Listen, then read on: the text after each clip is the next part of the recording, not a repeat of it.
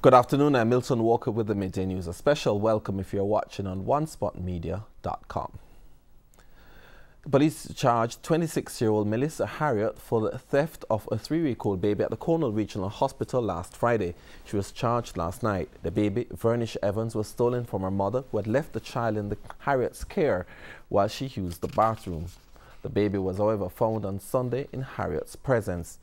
In the meantime, the family whose newborn was abducted yesterday at the Victoria Jubilee Hospital in Kingston is considering taking legal action against the facility. The Chief Executive Officer of the Victoria Jubilee, Colleen Wright, told the news centre yesterday that a security breach may be responsible for the incident. The hospital's administration has revealed that a security guard was missing from his post when the baby went missing. The child's father, Sinclair Hutton, told us that the family has already secured legal representation. Mr. Hutton says the incident is taking a toll on the family and the mother's blood pressure has risen since the incident. He says the hospital's security guard also accused the mother of being involved in the abduction of her son. In light of the dengue outbreak, Kingston's Mayor Delroy Williams says the municipal corporation has intensified its drain cleaning projects.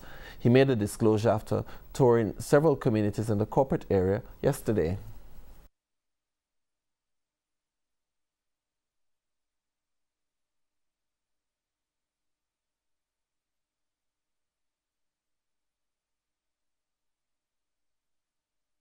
The City Engineers Department will engage the NAA and the Ministry of Health in some discussions with respect to that.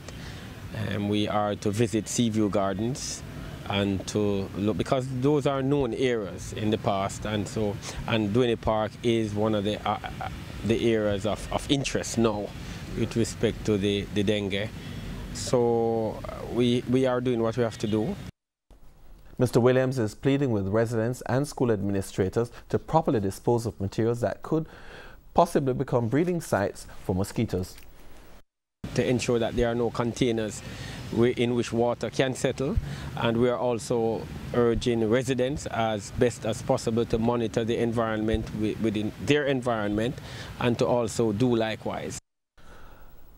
The Public Health Department has confirmed that one of 2 deaths in Portmore last year was the result of the dengue virus. Representatives of the Public Health Department were at a meeting of the Municipal Corporation last evening. One is a confirmed dengue case. We did get back those results. And one case is still under investigation.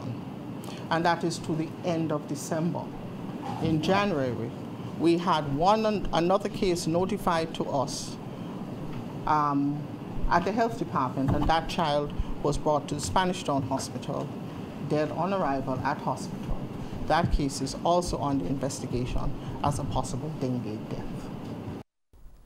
The medical officer explained that it's important for residents to inspect their homes, yards and the street in which they live because of the characteristics of the Aedes aegypti mosquito which carries the dengue virus. Feeder.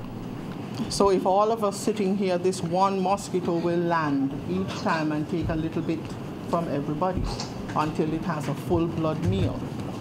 It is not traveling far from where it's going to get its meals. It will bite at nights if the opportunities are there, but it is day biting. So you may not necessarily get dengue at home. You can get dengue if you go to school and if you go to work and as you travel throughout the day.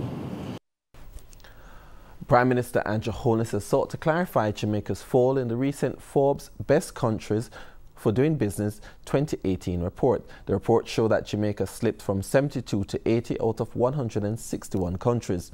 President of the private sector organization of Jamaica, Howard Mitchell, who spoke to TVJ News following the release of the report, had called for a serious overhaul of the public sector in an effort to improve Jamaica's ranking. But speaking in Montego Bay yesterday, Mr. Holness highlighted the reasons he believes why the country's ranking fell.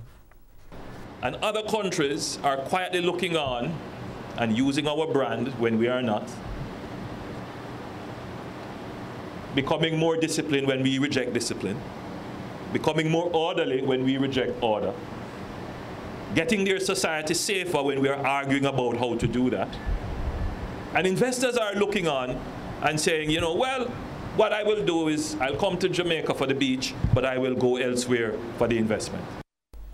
He says for the country to improve its ranking, a number of changes will have to take place. These include giving priority to business and investments. We have to start to look at our own business processes and eliminate the things from it that are unnecessary, that make no sense anymore. We have to reach a consensus about how we're going to secure our nation.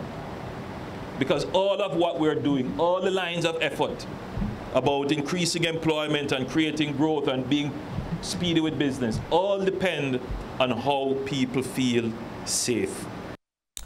The Prime Minister says until a consensus is reached, all the gains which have been made will be easily eroded.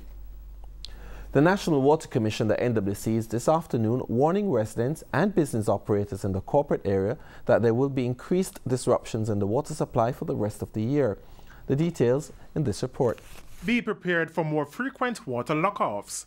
That's the warning from the National Water Commission, NWC, to residents and business operators in the corporate area. The agency forecasts it will face difficulties to maintain regular water supply for the rest of the year. Corporate Public Relations Manager at the NWC, Charles Buchanan, says low storage levels during the current traditional dry period and infrastructural challenges have set the stage for significant problems. The NWC has been facing criticism for a range of challenges related to its network roadworks in and around the corporate area, as well as deficiencies in the management of repairs.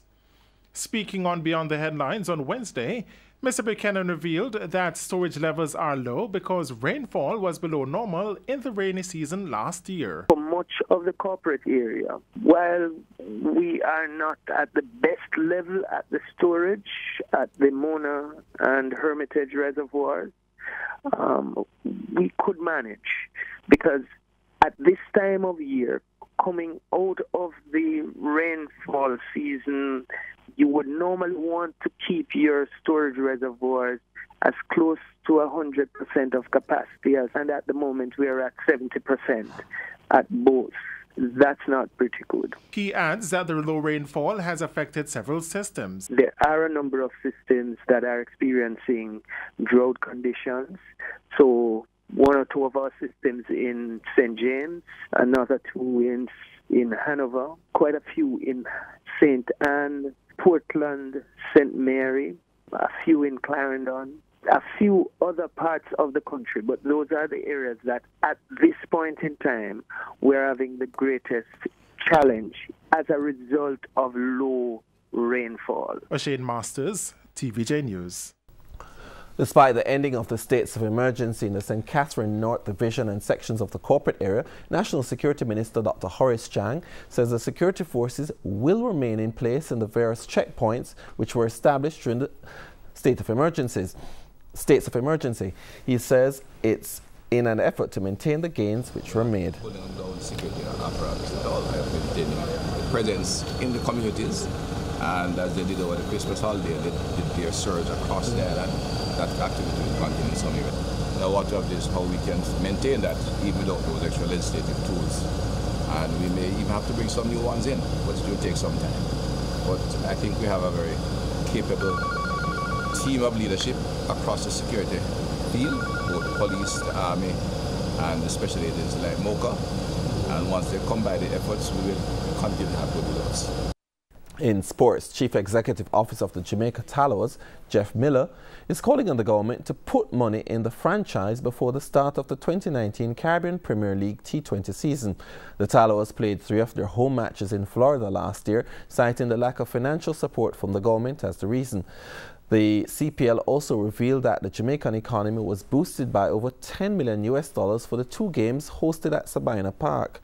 Speaking on Hits 92 FM Sports Grill on Tuesday, Mr. Miller argued that the government should assist more going forward.